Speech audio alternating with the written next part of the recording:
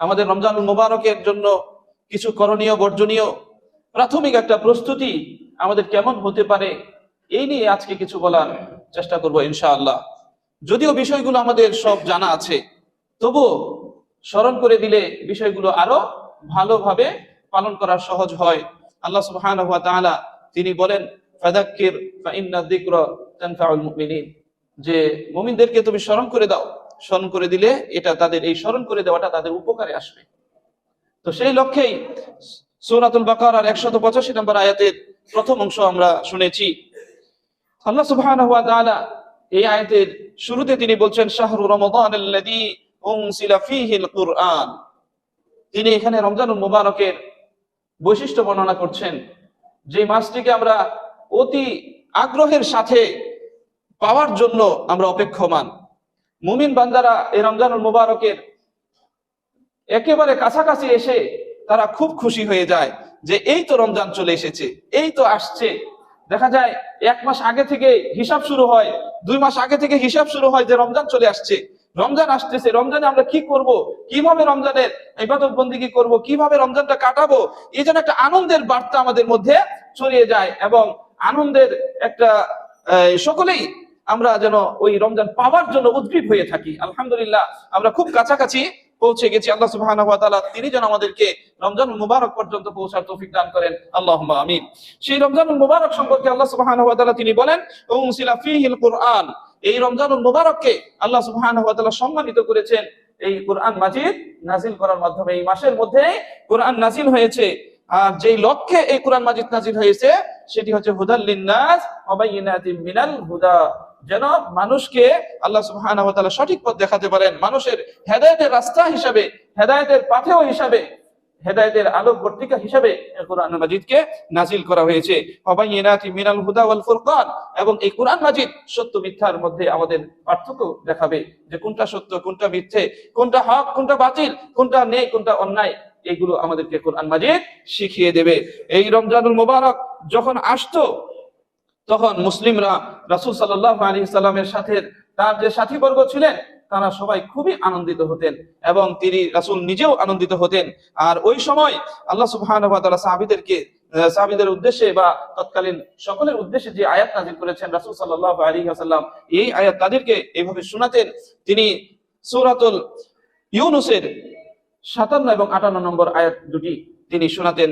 ইয়া আইয়ুহাল্লাযীনা আমানু ইয়া আইয়ুহান নাস, আল্লাহ সুবহানাহু ওয়া তাআলা তিনি সকল মানুষকে তিনি ডাক দিয়ে বলছেন, ইয়া আইয়ুহান নাস, হে মানব মণ্ডলী, ক্বাদ জাআতকুম মাউইযাতুম মির রাব্বিকুম, তোমাদের রবের নিকট থেকে তোমাদের কাছে নসিহা এসেছে, তোমাদের নিকটে ওয়াজ এসেছে, তোমাদের নিকটে তোমাদের জন্য পাথেয়, তোমাদের দিক নির্দেশনা এসেছে। শিফাউন লিমা ফিস সুদূর, তোমাদের অন্তরের যত রোগ আছে সমস্ত রোগের চিকিৎসা হিসাবে। অন্তরের কত রোগ আমাদের রয়েছে এটা হিসাব ছাড়া। আমরা অন্তরের রোগ বলতে সাধারণত যে বিষয়গুলো দেখি, অর্থাৎ তাওহীদের বিপরীতমুখী যত আকীদা আছে সমস্ত আকীদা এগুলোই অন্তরের রোগের অন্তর্ভুক্ত। মানুষের মধ্যে হিংসা, বিদ্বেষ, ঝগড়া ঝাঁটি বা মানসিক ভাবে অন্তর থেকে যে ইচ্ছা এগুলো আসে, এইগুলো সবই অন্তরের রোগের অন্তর্ভুক্ত। এই কুরআন মাজিদ এগুলোর চিকিৎসা। ওয়া হুদান ওয়া রাহমাতুল লিল মুমিনিন, এবং এটা মুমিন বান্দাদের জন্য হেদায়েত স্বরূপ এবং তাদের জন্য দয়া, অনুগ্রহ। এটা আল্লাহ সুবহানাহু ওয়া তাআলা আমাদেরকে দয়া করেছেন এই কুরআন মাজিদ আমাদেরকে দিয়ে। অন্ধকারাচ্ছন্ন পথে যদি আপনাকে কেউ একটা লাইট উপহার দেয়, কেউ যদি আপনাকে একটা আলো প্রদান করে, এমন কিছু উপহার দেয়, তাহলে আপনি খুশি হবেন না? ঠিক তেমনি দুনিয়ার জীবনে আপনি সঠিক পথে চলার জন্য, দ্বীনের পথে চলার জন্য, ইহকালীন এবং পরকালীন মুক্তির পথে চলার জন্য আপনার যে লাইটটি রয়েছে, যে আলোকবর্তিকাটি রয়েছে, তার নাম হচ্ছে কুরআন মাজিদ। আল্লাহ রাসূল সাল্লাল্লাহু আলাইহি সাল্লামকে রব্বুল আলামিন বলে দিচ্ছেন, কুল, হে রাসূল আপনি বলে দিন, বিফাজলিল্লাহ ওয়া বিরহমাতিহি, এই যে অনুগ্রহ, এই যে লাইট, এই যে আলোকবর্তিকা, এই যে কুরআন মাজিদ তোমাদেরকে দেওয়া হয়েছে, এটা বিফাজলিল্লাহ, এটা সম্পূর্ণই আল্লাহর অনুগ্রহ, এটা সম্পূর্ণই আল্লাহর দয়া। ওয়া বিরহমাতিহি, এবং তার দয়ায় এটা তোমাদেরকে দেওয়া হয়েছে। ফাবিযালিকা ফালিয়াফরাহু, অতএব এটা যারা পেয়েছে এই জন্য তাদের সকলের আনন্দিত হওয়া দরকার, খুশি হওয়া দরকার, যে আমরা এই দুনিয়াবী জীবনে এবং আখিরাতের জীবনে সফলতা লাভের একমাত্র পাথেয় হিসাবে আমরা একটা দিক নির্দেশনা পেয়েছি, আমরা কোরআন মাজিদকে পেয়েছি, এজন্য তাদের খুশি হওয়া দরকার। হুয়া খায়রুম মিম্মা ইয়াজমাউন, আর এটা তাদের জন্য অতি উত্তম, তারা যা কিছু অর্জন করে। গতকালকে আমাদের একটা দিন গেছে, সারা দেশের মানুষ দুই ভাগে বিভক্ত হয়েছে, কেউ খুশি হয়েছে, কেউ অখুশি হয়েছে, দুঃখ পেয়েছে। তো সম্মানিত উপস্থিতি, এটা দুনিয়াবী জীবন। এই দুনিয়াবী জীবনের মধ্যে কিছু চাওয়া পূরণ হলেই আমরা কত খুশি হতে পারি, কত খুশি হই, অথচ মানুষের চাহিদা দুনিয়াতে পূরণ হওয়ার নয়।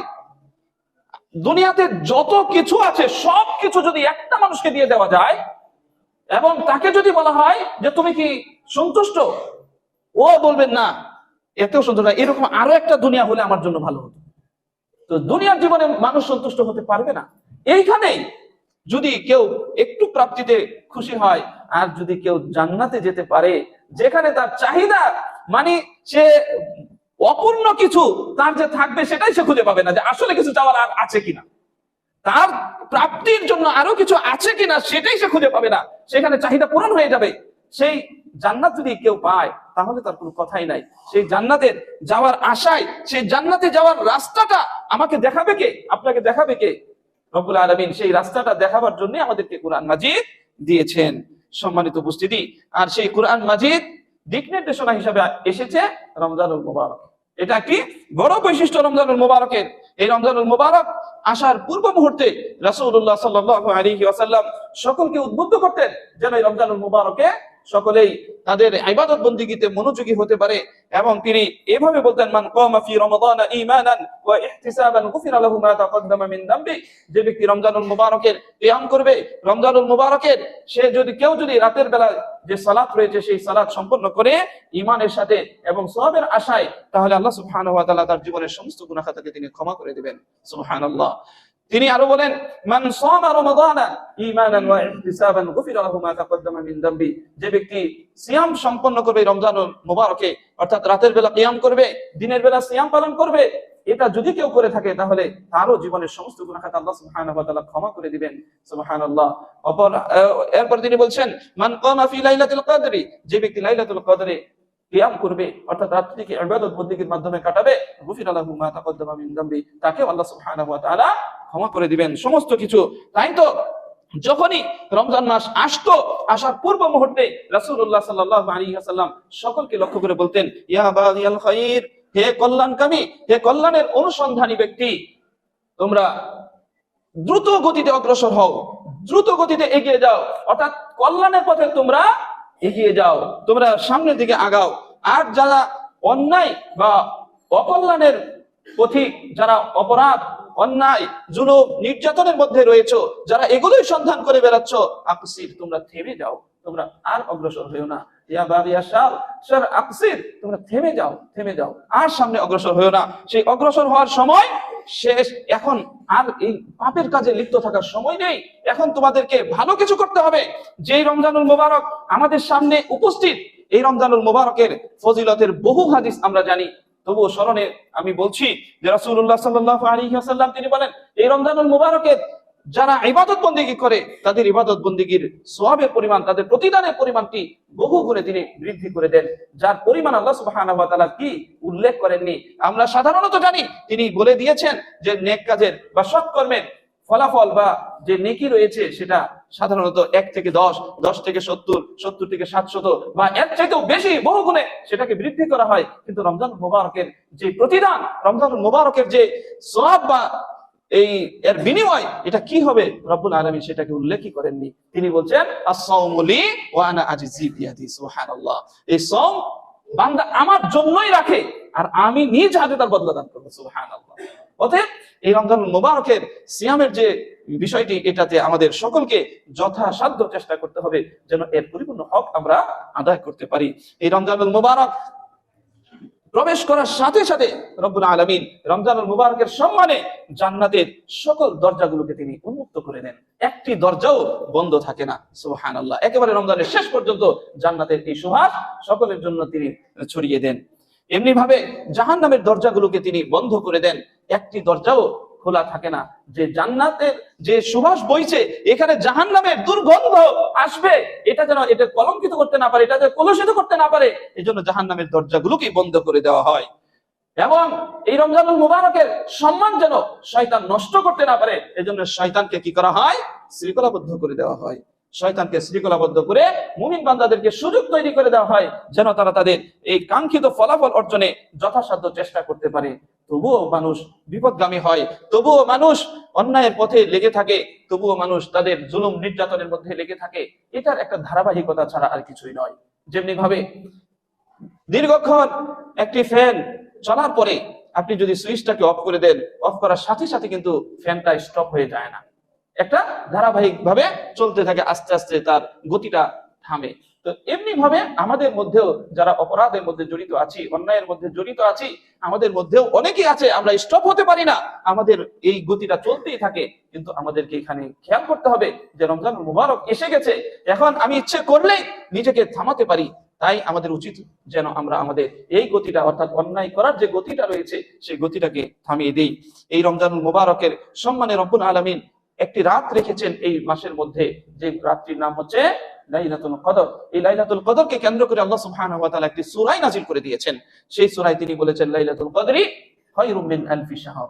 যে রাত্রিটির মানে মর্যাদা এত বেশি যে দীর্ঘ হাজার মাসও যদি কেউ বিরতিহীন ভাবে ইবাদত বন্দেগী করে তার যে বিনিময় সে পাবে, একটি রাত যদি কেউ ইবাদত বন্দেগী করে আর সেই রাতটি যদি হয় লাইলাতুল কদরের রজনী, তাহলে তার বিনিময় ওই হাজার মাসের চাইতেও উত্তম। সুবহানাল্লাহ। সম্মানিত উপস্থিতি, এই রমজানুল মুবারক হচ্ছে জাহান্নাম থেকে মুক্তির মাস, জান্নাতের যাওয়ার মাস। অতএব আমাদেরকে এই মাসটিকে যথাসাধ্য কাজে লাগাবার চেষ্টা করতে হবে। এই রমজানুল মুবারকের যে সিয়াম আমরা রাখবো, এই সিয়ামেরও অনেক ফজিলত রয়েছে। সেই ফজিলত গুলো আমরা ধারাবাহিক ভাবে ইনশাআল্লাহ শুনবো। তারপরেও একটু স্মরণে বলছি, এই সিয়ামকে মূল্যায়ন করতে গিয়ে, সিয়ামের মর্যাদা দিতে গিয়ে রব্বুল আলামিন তিনি বলেছেন আস-সাওমু লি, এই সাওম শুধুমাত্র আমারই জন্য। তার মানে এখানে যদি আপনাকে কেউ প্রশ্ন করে যে ভাই তাহলে সালাত কার জন্য, কুরবানি কার জন্য, দান সাদকা কার জন্য, হজ কার জন্য, সবই আল্লাহর জন্য, সবই আল্লাহর জন্য। এখানে একটু বিশ্লেষণ করা যেতে পারে। যেমন একটা মানুষ সালাত আদায় করে, রাসূল সাল্লাল্লাহু আলাইহি ওয়াসাল্লাম যেমন বলেছেন যে তুমি 2 রাকাত সালাত আদায় করলে তোমার পাশে কেউ মানুষ আছে, এখন তুমি দেখছো এটা মানুষ তোমাকে দেখছে, এই দেখা অবস্থায় তুমি সালাতটাকে সুন্দর করে লম্বা করে আদায় করলে, এটা কি? এটা কি আল্লাহর জন্য সালাত হলো? আপনি সালাত আদায় করলেন, মানে শ্বশুর বাড়িতে বেড়াতে গিয়ে ভাবলেন যে যাই আজকে জুমার দিন মসজিদে যাই, না গেলে শ্বশুর বাড়ির লোকজন কি বলবে, তাই আপনি সালাত আদায় করলেন। এটা কি আল্লাহর জন্য করলেন? সালাত আদায় হলো কিন্তু আল্লাহর জন্য হয়নি। আপনি ভাবছেন নির্বাচনের পূর্ব মুহূর্ত, এখন যদি টুপি মাথায় না দিই, এখন যদি মসজিদে না যাই, জুমার সালাতে না যাই, তাহলে নির্বাচনে মানুষ আমাকে ভোট দিবে না, এই জন্য আপনি সালাত আদায় করতে গেলেন। এটা কি আপনি আল্লাহর জন্য সালাত আদায় করলেন? সালাত আদায় করলেন দুনিয়ার স্বার্থে। এমনি ভাবে অসংখ্য উদাহরণ রয়েছে যে আপনি হজ করতে গেলেন, যে মানুষ আপনাকে হাজি বলবে, মানুষ আপনাকে হাজি সাহেবের দোকান থেকে জিনিস বেশি কিনবে, হাজি সাহেবের ব্যবসায় লাভবান হবে, হাজি সাহেবের এই ডিগ্রি বা আলহাজ ডিগ্রি লাগবে, এই উদ্দেশ্যে আপনি হজ করে আসলেন। আপনি দান খেরাত করলেন যে মানুষ আপনাকে দানবীর বলবে, মানুষ আপনাকে ভালো বলে জানবে, মানুষ আপনার পিছনে পিছনে ঘুরবে, মানুষ আপনাকে এই সম্মান দেখাবে যে আপনি দান করছেন, এই লক্ষ্যে আপনি দান করলেন, সেদিকে আল্লাহর জন্য হলো।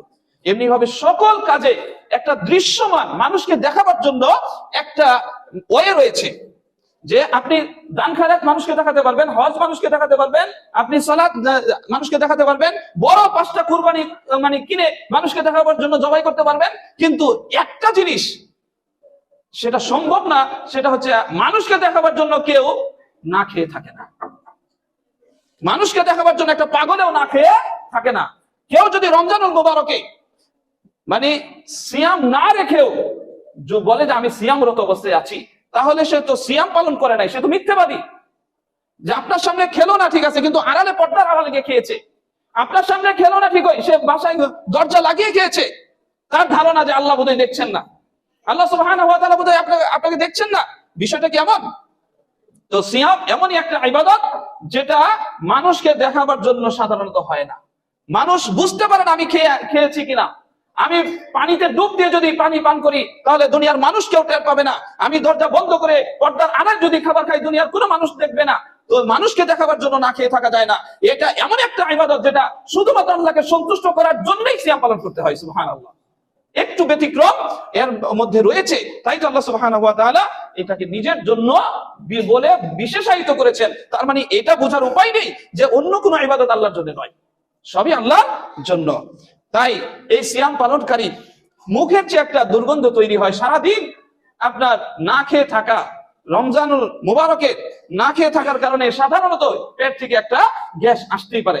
এই গ্যাসটা আল্লাহ সুবহানাহু ওয়া তাআলার জন্য কতটা যে মানে সুগন্ধির তিনি উদাহরণ দিয়ে বলছেন, যেটা মিশকে আম্বরের চাইতেও বেশি সুগন্ধময়। সুবহানাল্লাহ।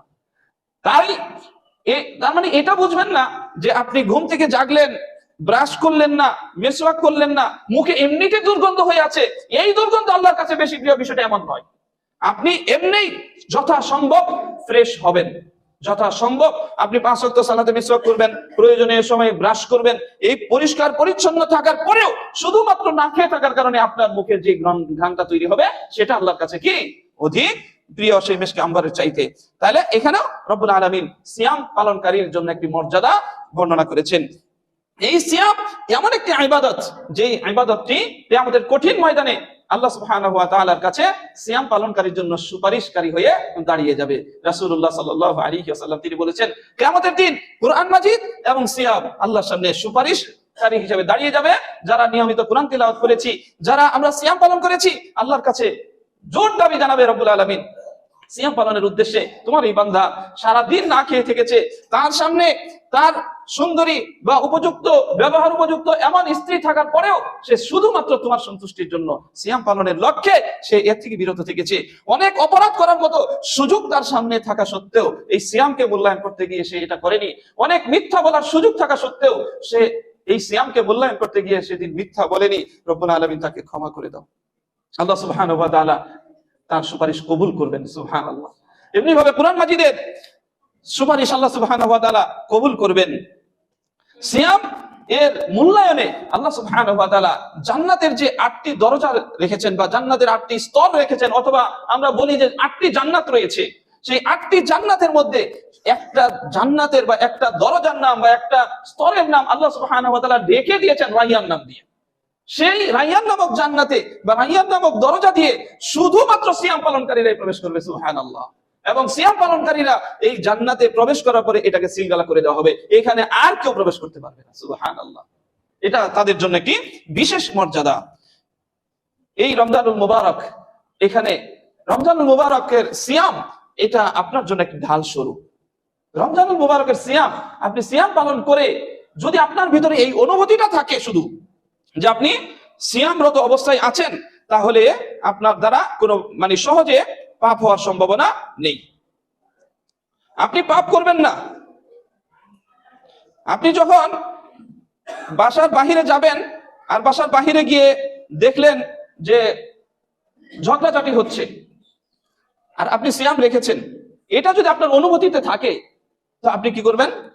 রাসূল সাল্লাল্লাহু আলাইহি ওয়াসাল্লাম বলে দিয়েছেন, যদি কেউ তোমার সাথে ঝগড়া করতে চায় তো তুমি কি বলো? ভাই আমি সিয়ামরত আছি, আমি আপনার সাথে কমপক্ষে ঝগড়ায় লিপ্ত হতে পারছি না, আমাকে ক্ষমা করবেন। সম্মানিত উপস্থিতি, এভাবে রাসূলুল্লাহ সাল্লাল্লাহু আলাইহি ওয়াসাল্লাম আমাদেরকে উদ্বুদ্ধ করেছেন যেন আমরা এই সিয়ামকে যথাযথভাবে মূল্যায়ন করার চেষ্টা করি, যথাযথভাবে আমরা এই সিয়ামকে আমরা আমাদের মতো করে রব্বুল আলামিন যেভাবে আমাদেরকে চেয়েছেন সেইভাবে যেন আমরা এই সিয়াম পালন করতে পারি। আর আমাদের সেই চেষ্টাও থাকতে হবে, অন্যথায় আমরা কিন্তু সিয়ামের যে হক সেই হকটা আমরা আদায় করতে পারবো না। তো সিয়াম আমাদেরকে রব্বুল আলামিন কেন দিয়েছেন, আমরা কেন খুশি হব? সিয়ামের এত ফজিলত দেখার পরেও কি খুশি হওয়ার কথা না? এরপরেও রব্বুল আলামিন তার বান্দাদেরকে, গুনাহগার বান্দাদেরকে তিনি ক্ষমা করবেন, এর বিভিন্ন প্রসেস তিনি রেখেছেন। বিভিন্ন প্রসেস, তার উল্লেখযোগ্য একটা প্রসেসের নাম হচ্ছে সিয়াম, যে আল্লাহ সুবহানাহু ওয়া তাআলা তার গুনাহগার বান্দাদেরকে তিনি ক্ষমা করবেন। এখন ক্ষমা তো অনেক রাস্তা তিনি সামনে রেখে দিয়েছেন, তবুও বান্দারা ক্ষমা নিতে চায় না। রব্বুল আলামিন সূরাতুজ জুমারের 53 নম্বর আয়াতে তিনি বলেন, কুল ইয়া ইবাদিয়াল্লাযীনা আসরাফু, হে আমার বান্দারা, ওই গুনাহগার বান্দারা যারা তোমরা গুনাহ করেছো, তোমরা তোমাদের নিজেদের উপরে জুলুম করেছো, কুল, হে রাসূল আপনি তাদেরকে বলে দিন আমার পক্ষ থেকে যে আমি তাদেরকে ডাক দিচ্ছি এইভাবে, ইয়া ইবাদিয়াল্লাযীনা আসরাফু আলা আনফুসিহিম, যে যারা তোমাদের নিজেদের উপরে জুলুম করেছো, যারা তাদের নিজেদের উপর জুলুম করেছে, লা তাকুনাতু মির রাহমাতিল্লাহ, তোমরা আল্লাহর রহমত থেকে নিরাশ হয়ো না। কেন? ইন্নাল্লাহা ইয়াগফিরুদ যুনুবা জামিআ, আল্লাহ সুবহানাহু ওয়া তাআলা তিনি তোমাদের সমস্ত গুনাহ খাতাকে ক্ষমা করে দিবেন। সুবহানাল্লাহ, তিনি ক্ষমা করে দিবেন। এই ক্ষমার একটা মাধ্যম হলো সিয়াম। এই সিয়ামের মাধ্যমে অসংখ্য লোককে এই রমজানুল মুবারকে আল্লাহ সুবহানাহু ওয়া তাআলা ক্ষমা করবেন। এরপরেও অনেক মানুষ তার জীবনে সিয়াম পেয়েছে, কিন্তু সিয়াম তার জীবনে কাজে লাগাতে পারেনি। বহু মানুষ আমাদের মধ্যে রয়েছে যারা আমরা সিয়ামকে গুরুত্ব দেই না। ওই হতভাগা লোকদের জন্য রাসূল সাল্লাল্লাহু আলাইহি ওয়াসাল্লাম তিনি বদদুয়া দিয়েছেন, বদদুয়া করেছেন, রাগিবা আনফু রাজুলিন, ওই লোক ধ্বংস হোক, ওই লোকের নাক ধুলায় ধূসরিত হোক, এটা বদদুয়ার একটি ভাষা। দাখালা আলাইহি রমাদান, যার জীবনে রমজান এসেছে, রমজানুল মুবারক প্রবেশ করেছে, সুম্মান সালাখা, অথবা রমজান তার জীবন থেকে পারও হয়ে গেছে, রমজান তার জীবন থেকে অতিক্রম করে চলে গেছে, ক্বাবলা আন ইউগফারা লাহু, তার জীবনের সমস্ত গুনাহ খাতা ক্ষমা করানোর আগেই রমজানটা পার হয়ে গেছে, ওই ব্যক্তি হতভাগা, ওই ব্যক্তির মতো দুর্ভাগা আর কেউ হতে পারে না। তো রমজানুল মুবারক আমাদের সামনে রয়েছে, চলে যাচ্ছে, বিষয়টি এমন নয়। ওই হতভাগা লোকদের মধ্যে যেন আপনি আমি না পড়ি। হতভাগা লোকদের উদাহরণ যদি বলতে হয়, সবচেয়ে বড় হতভাগা যারা ছিল তাদের মধ্যে রাসূল সাল্লাল্লাহু আলাইহি ওয়াসাল্লামের চাচা আবু তালিবও ছিল। দেখুন তার সামনে কত বড় সুযোগটা ছিল, কত বড় সুযোগ ছিল। রাসূল সাল্লাল্লাহু আলাইহি ওয়াসাল্লাম তার একেবারে জীবনের শেষ মুহূর্তে এসে, যখন সে মৃত্যু শয্যায় শায়িত, বিদায়ী লগ্ন, এই সময় এসে বলছে, ইয়া হে চাচা, একটি বার বলেন লা ইলাহা ইল্লাল্লাহ, একটি বার আমাকে শুধু এইটুকু আল্লাহর সামনে দাঁড়িয়ে বলার সুযোগ করে দেন রব্বুল আলামিন।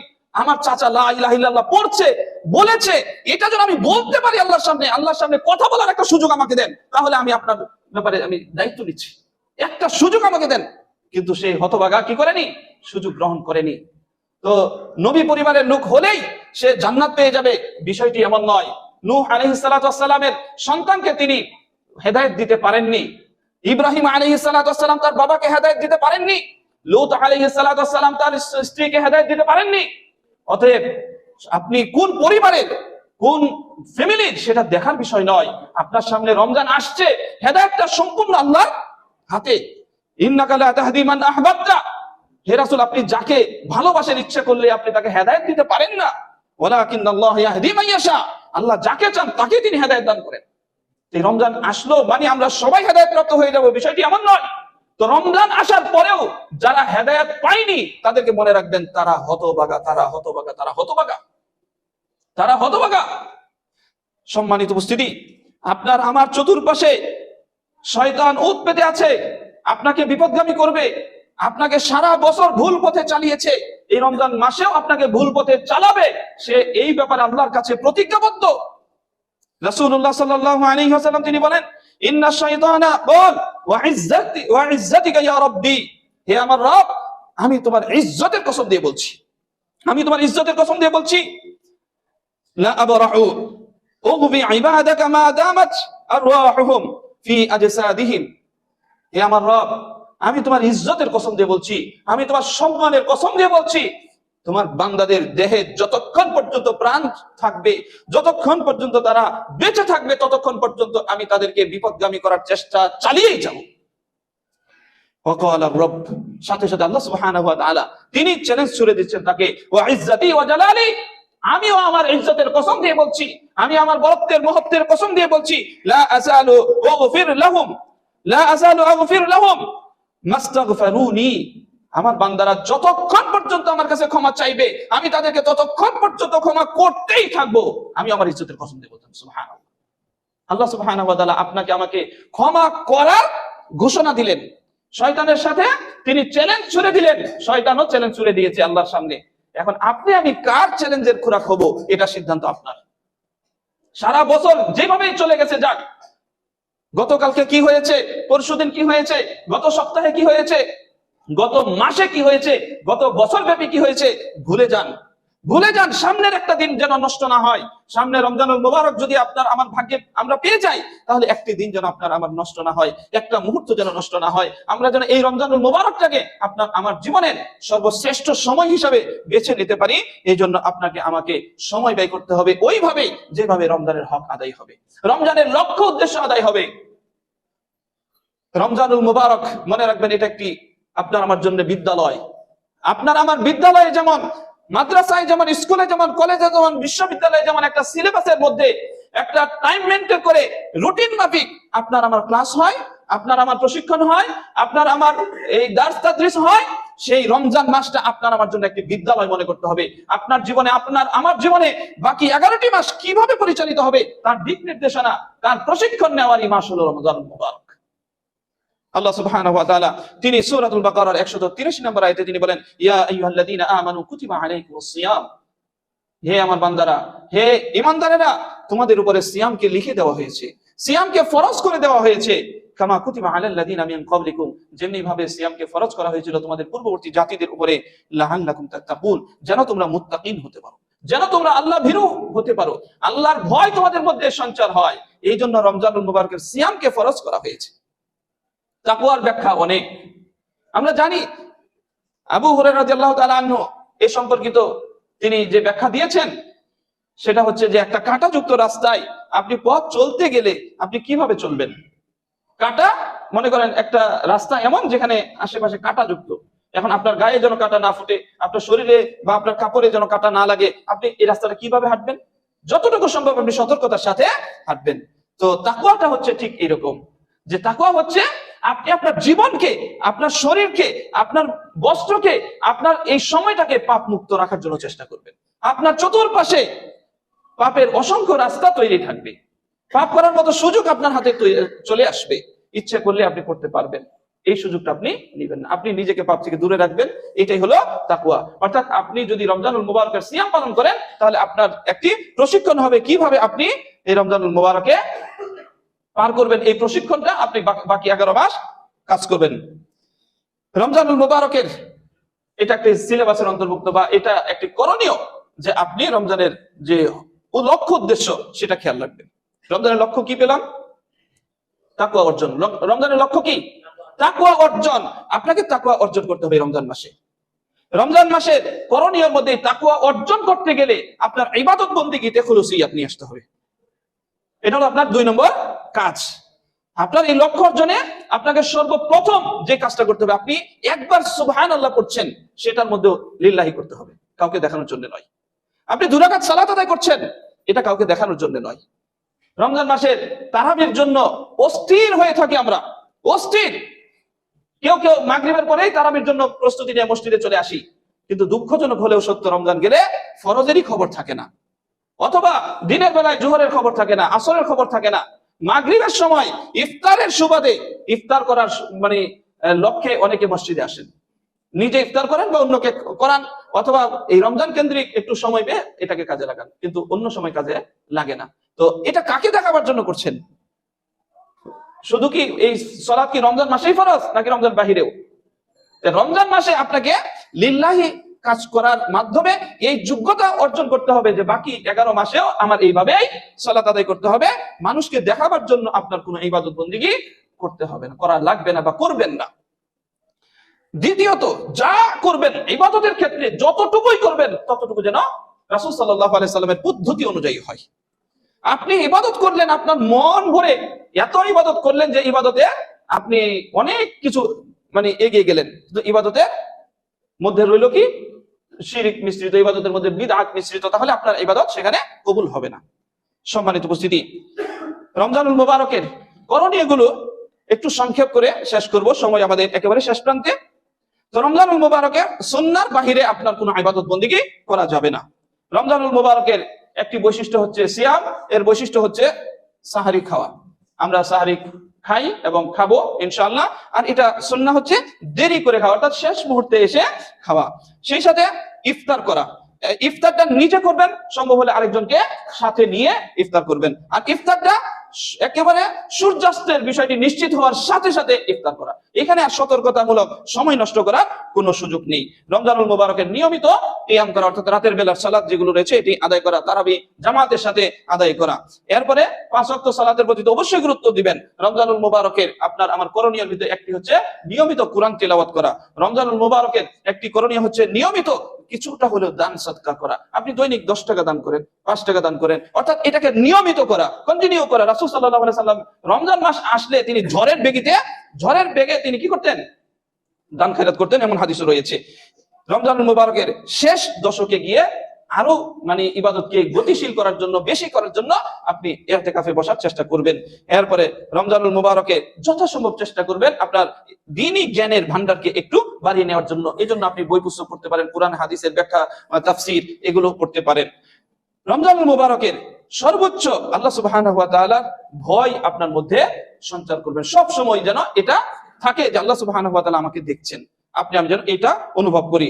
রমজানুল মুবারকের সর্বোচ্চ অপচয় যেন না হয়, সেই দিকে আপনাকে খেয়াল রাখতে হবে। রমজানুল মুবারকে অনেক সময় আমরা বাজারও বেশি করি, রান্নাও বেশি করি, ইফতারের সময় ইফতারও বেশি বানাই। এই সময় অনেকেই আমরা অপচয় করে থাকি। এই অপচয় রোধ করতে হবে, কারণ অপচয়কারী শয়তানের ভাই। আর বেশি বেশি ইস্তেগফার করতে হবে, কারণ আমরা প্রত্যেকেই গুনাহগার। আল্লাহ সুবহানাহু ওয়া তাআলার কাছে আমাদেরকে গুনার ক্ষমা চাইতে হবে, আর গুনার ক্ষমার জন্যই হলো আমাদের এই রমজানুল মুবারক মাস। রমজানুল মুবারক মাসে সকল ইবাদত ধৈর্যের সাথে করতে হবে। ধৈর্যটা একটা বড় সম্পদ। যাদের ধৈর্য আছে, এই ধৈর্যটা তাদের জন্য একটা সম্পদ। আমরা সকলেই ধৈর্যশীল। ছোট্ট একটা উদাহরণ দেই, যে মনে করেন বড়শি বাইতে দেখেছেন মানুষকে? যারা বড়শি বায়, বড়শিতে মাছ কখন ধরবে সে কি জানে? ঘন্টার পর ঘন্টা সময় কি করে অপেক্ষমান থাকে যে মাছ ধরতে পারে। এর ধৈর্য, এটাকে ধৈর্য বলে। আপনি ক্যারাম খেলা দেখেছেন, লুডো খেলা দেখেছেন, তাস খেলা দেখেছেন? যারা খেলে এগুলো, তাদেরকে দেখবেন এরা ঘন্টার পর ঘন্টা সময় পার করছে, কোন দিক দিয়ে যাচ্ছে এর কোনো তার হুঁশ থাকে না। ওকে যদি বলা হয় চলে আসো, গুরুত্বপূর্ণ কাজ আছে, বলবে আরেকটা গেম খেলে নিই, এই গেমটা শেষ করি। অথবা যদি মনে করেন ভারত পাকিস্তানের খেলা হবে রাত 3টা বাজে, আগের দিন রাত্রে থেকে কিভাবে জাগা যায় প্রস্তুতি নেওয়া হয়। ধৈর্যের সাথে ঘন্টার পর ঘন্টা ওই ক্রিকেট খেলা দেখি, ধৈর্যের সাথে ঘন্টার পর ঘন্টা আর্জেন্টিনা ব্রাজিলের খেলা দেখি, রাত 3টা বেজে উঠে যেতে পারি। এগুলো কিন্তু আমাদের দুনিয়াবি বাস্তবতা। কিন্তু তাহাজ্জুদের সালাতের ক্ষেত্রে উঠতে পারি না। রমজানের সিয়ামের ক্ষেত্রে, সিয়াম রাখার ক্ষেত্রে ধৈর্য আমাদের কুলায় না। আমরা সালাতে যদি একটু লম্বা হয়ে যায়, তখন ইমাম সাহেবের চাকরি নিয়ে টানাটানি শুরু হয়ে যায়। সালাতে, বিশেষ করে তারাবির সালাত, যেই মসজিদে যত সংক্ষেপ সেই মসজিদে তত মুসাল্লি বেশি। অথচ রাসূলুল্লাহ সাল্লাল্লাহু আলাইহি ওয়াসাল্লাম তিনি সালাত আদায় করতেন, এমন হয়েছে নফল সালাত আদায় করতে করতে তার পা মুবারক ফুলে যেত। তার সালাতের তেলাওয়াত ছিল সূরাতুল বাকারা। এক রাকাতে সূরা বাকারা শেষ করে দিতেন, সূরা আলে ইমরান রাকাত শেষ করে দিতেন। তাহলে কিভাবে সালাত তিনি আদায় করতেন? ওই সালাত আমাদের কোথায় গেল? অতএব সালাতের ক্ষেত্রে, সিয়ামের ক্ষেত্রে, সব ক্ষেত্রে আপনাকে ধৈর্যশীল হতে হবে। আল্লাহ সুবহানাহু ওয়া তাআলা আমাদেরকে সেই তৌফিক দান করুন, আল্লাহুম্মা আমিন। এরপরে রমজানুল মুবারকে আমাদের যে বিষয়গুলো খেয়াল করতে হবে সেটা হলো করণীয়, আবার কিছু বর্জনীয় আছে। এই বর্জনীয় গুলো থেকে আমাদেরকে বিরত থাকতে হবে। সর্বপ্রকারের অন্যায় কাজগুলো আমাদেরকে বাদ দিতে হবে, এবং সিয়াম নষ্ট হয় এমন সকল কাজগুলো বাদ দিতে হবে। আর রমজানুল মুবারকের যে বিশেষ মাসাইল গুলো রয়েছে, এগুলো ইনশাআল্লাহ আমরা আমাদের ধারাবাহিক ভাবে শুনবো। যিনি খতিব থাকবেন ইনশাআল্লাহ আমাকে এই বিষয়গুলো জানাবেন। এবং বিশেষ করে আমরা যারা প্রাপ্ত বয়স্ক রয়েছি, আমাদের জন্য সিয়াম না ছুটে। আর যারা অপ্রাপ্ত বয়স্ক আমাদের পরিবারে রয়েছে, তাদেরকে চেষ্টা করব সিয়ামে অভ্যস্ত করার জন্য, সিয়াম রাখার। যে তাদের উপর ফরজ হয়নি, ঠিক আছে, এমন হতে পারে তাকে অভ্যস্ত করার জন্য 30টা সিয়াম বা 29টা সিয়াম আপনি তাকে দিয়ে রাখাতে পারলেন না, 5টা রাখান, 10টা রাখান, 1 সপ্তাহ রাখান, 20টা রাখান, তার পক্ষে সম্ভব যতটুকু তাকে অভ্যস্ত করার জন্য এই সিয়াম গুলো রাখাতে হবে। তাই আসুন আমরা আমাদের এই রমজানুল মুবারকের যে গুরুত্ব রয়েছে, যে ফজিলত রয়েছে, যে বরকত রয়েছে, যে এগুলো আমরা যেন অর্জন করতে পারি। আল্লাহ সুবহানাহু ওয়া তাআলা আমাদেরকে সেই তৌফিক দান করুন, আল্লাহুম্মা আমিন। আমরা এই রমজানুল মুবারকের এই পূর্ব মুহূর্তে এসে আজকে আমাদেরকে এই প্রতিজ্ঞাবদ্ধ হতে হবে, ইনশাআল্লাহ আমরা আগামী রমজানটিকে আল্লাহ সুবহানাহু ওয়া তাআলা যদি আমার তাকদীরে রাখেন, আমার হায়াতে তাইয়্যিবা দান করেন, তাহলে এই রমজানের সিয়ামের যে বৈশিষ্ট্য বা এই সিয়ামের যে হক, সেটা আমরা যথাসাধ্য আদায় করার চেষ্টা করব। আমরা কি প্রস্তুত আছি? ইনশাআল্লাহ, ইনশাআল্লাহ আমরা যথাসাধ্য চেষ্টা করব। আল্লাহ তুমি আমাদেরকে কবুল করে নিও। আমাদের এই অবস্থাটা, আমাদের এই অনুভূতিটা যেন রমজানুল মুবারকে থাকে, এটাকে তুমি আমাদের এইভাবে আমাদের মন মানসিকতা তৈরি করে দাও। আল্লাহুম্মা আমিন। ওয়া আখির দাওয়ানা আলহামদুলিল্লাহি রাব্বিল আলামিন। ইন্নাল হামদালিল্লাহি ওয়াহদাহু ওয়াসসালাতু ওয়াসসালামু আলা মান লা নাবিয়্যা বা'দাহু ওয়াসসালাতু ওয়াসসালামু আলা নাবিয়্যিনা মুহাম্মদ ওয়া আলা আলিহি ওয়া সাহবিহি আজমাইন, আম্মা বা'দ। قال الله تبارك وتعالى في كلامه المجيد وفرقانه الحميد فأعوذ بالله من الشيطان الرجيم بسم الله الرحمن الرحيم إن الله ملائكته يصلون على النبي يا أيها الذين آمنوا صلوا عليه وسلموا تسليما আমরা সবাই পাঠ করি আল্লাহুম্মা সাল্লি আলা মুহাম্মদ ওয়া আলা আলি মুহাম্মদ কামা সাল্লাইতা আলা ইব্রাহিম ওয়া আলা আলি ইব্রাহিম ইন্নাকা হামিদুম মাজিদ আল্লাহুম্মা বারিক আলা মুহাম্মদ ওয়া আলা আলি মুহাম্মদ কামা বারাকতা আলা ইব্রাহিম ওয়া আলা আলি ইব্রাহিম ইন্নাকা হামিদুম মাজিদ। আমরা সবাই সবার জন্য দোয়া করব ইনশাআল্লাহ। একটি ঘোষণা, আগামী 2 ও 3 এপ্রিল 2026 বার্ষিক তাবলীগ ইজতিমা অনুষ্ঠিত হবে। এর জন্য কুপন এসেছে,